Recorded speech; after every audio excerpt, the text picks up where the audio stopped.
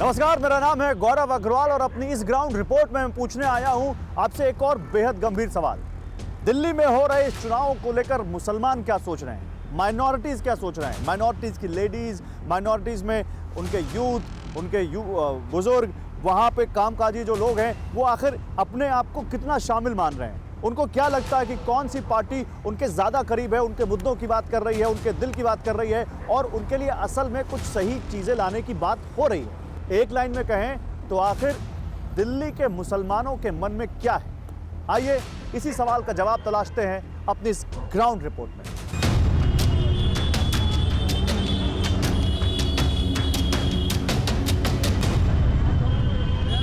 तो दिल्ली की वो सीटें जहां पर मुस्लिम वोटर ज़्यादा हैं उनमें से एक आती है मुस्तफ़ाबाद। और मुस्तफ़ाबाद में हम इस वक्त बैठे हुए हैं दिल्ली के ही कुछ मुस्लिम वोटर्स के साथ, उनसे बात करते हैं। चाचा, क्या नाम हुआ आपका? मोहम्मद इकबाल। आपका क्या नाम हुआ? आसिफ अहमद अंसारी। और आपका? कमरुल हसन। अच्छा, मैं आप लोगों से ये पूछने आया हूँ कमरुल हसन जी, दिल्ली इलेक्शन में आप मुस्लिमों की कितनी भागीदारी देखते हैं?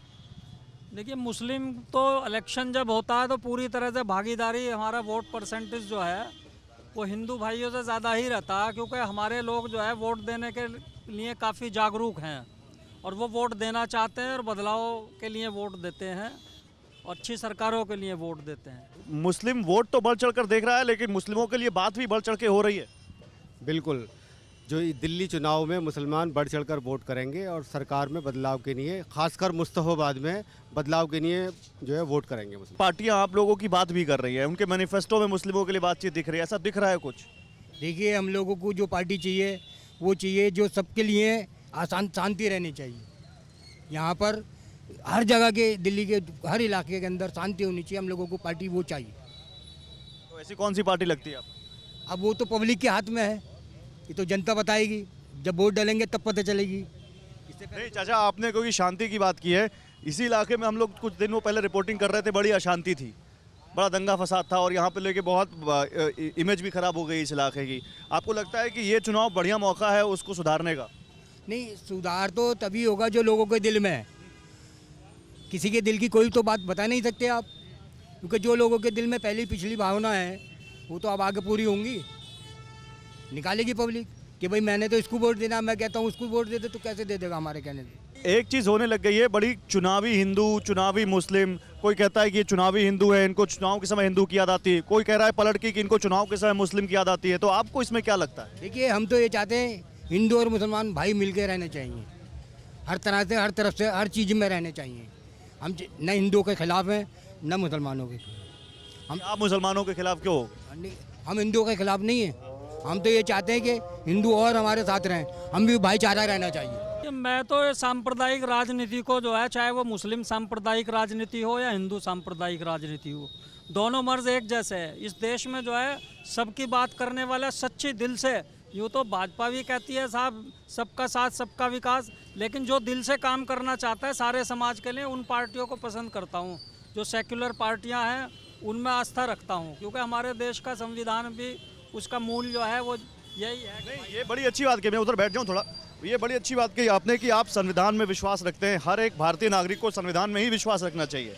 ऐसा देखने को तो यही मिलता है कि बातें सब बड़ी बड़ी करते हैं, लेकिन अंत में जब चुनाव आता है तो मुस्लिम एक वोट बैंक बनकर रह जाता है। और फिर उसमें वो क्या होता है, वो ये देखता है कि कौन सी पार्टी है जो बीजेपी को मात दे रही है, फिर लोग कहते हैं मुस्लिम उधर ही चले जाते हैं। ऐसा होता है? बिल्कुल सच्चाई है सर। इसमें मुझे ये लगता है कि अगर मुसलमान ये समझ लें इस बात को कि अगर जब तक बहुसंख्यक समाज नहीं चाहेगा तब तक बीजेपी को कोई नहीं हरा सकता।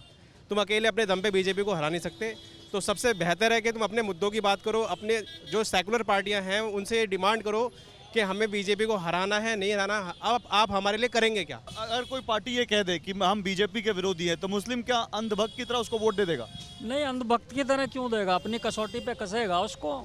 नहीं, आप इस बात से तो गुस्सा नहीं क्योंकि वो हिंदू पुजारियों को, ग्रंथियों को पैसा दे रहे हैं, या फिर वो ये बताने की कोशिश कर रहे हैं हिंदू समाज को, बहुसंख्यक समाज को, कि देखो हम हिंदुओं के, हम भी हिंदुत्व की राह पर पॉलिटिक्स कर रहे हैं, हिंदुत्व की राह पर चल रहे हैं। देखिए, वो ना तो हिंदुओं के हैं ना मुसलमानों के हैं। उन्होंने मुसलमान जो मस्जिदों के इमाम थे उनका ऐलान किया था, लेकिन सालों से उनको कुछ नहीं दिया, तो पुजारियों को, ग्रंथियों को कहाँ से दे देंगे? ये तो खाम में बेवकूफ़ बनाने वाले वादे हैं। वो है किसके? जब हिंदुओं के नहीं है, मुस्लिमों के नहीं है, तो है किसके? वो किसी के नहीं है, वो अपनी पार्टी नहीं, वो वो कुर्सी के हैं, वो किसी के नहीं है, वो कुर्सी के हैं, कुर्सी के लिए रेवड़ी बांट रहे हैं। तो Khan tailors and cloth house, ये मुस्तफ़ाबाद की एक कपड़े की दुकान पे हम जा रहे हैं। यहाँ पर ज़रा इनसे भी पूछते हैं। क्या नाम हुआ आपका? मेरा नाम जावेद है। जावेद। जावेद, थोड़ी बातचीत कर लें आपसे, बैठिए। जावेद, तो ये शॉप आपकी है? जी जी मेरी 30 है। 30 साल के आप, तो बड़े युवा हैं, यंग एज में ही आप बिजनेस शुरू कर दिया। जी जी ऐसा क्यों है कि ऐसा इमेज बन गई कि मुस्लिम ज़्यादा पढ़ते लिखते नहीं हैं, सीधे काम में लग जाते हैं, काम धंधे में लग जाते हैं? ऐसा क्यों इमेज बन गई है? ये इमेज क्रिएट करी गई है हमारी।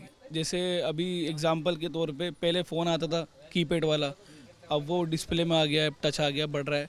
इसी तरह एक मुसलमान में ना नीचे तबका था जो पढ़ता नहीं था, हकीकत में पढ़ता नहीं था। घूमने फिरने पे ध्यान देना, बच्चे ने अगर 12वीं कर ली है तो उसे काम पे डाल देना। अगर वो ज़्यादा परेशान कर रहा है, शैतानी कर रहा है, घूम रहा घम रहा है, तो काम पे डाल देना कि 2 पैसे घर में लाएगा। लेकिन वो मेंटलिटी हमारी चेंज हो चुकी है। क्या चेंज हो आया है? ये सुधार यह आया है कि बच्चों को पढ़ाना है और उसे इस लायक बनाना है कि वो अपने लिए कलम से पैसा कमा सके, ना कि मेहनत करके कमा सके। फिर ये क्यों कहा जाता है कि बीजेपी से नफरत करता है मुस्लिम? बीजेपी से नफरत नहीं करता है मुस्लिम, बीजेपी से सिर्फ काम के पर्पज से। वो एक पार्टी तो है, सिर्फ एक पार्टी, जिस तरह कांग्रेस पार्टी, आम आदमी पार्टी, इसी तरह एक बीजेपी पार्टी है। लेकिन उस पार्टी का जो एजेंडा था, सबका साथ सबका विकास, हम सबको साथ लेके चलेंगे, हम तरक्की करवाएंगे, इसे वो भूल चुके। वो पोस्टर लगाते हैं, अगर आप बटोगे तो कटोगे। ये कोई राजनीति होती है?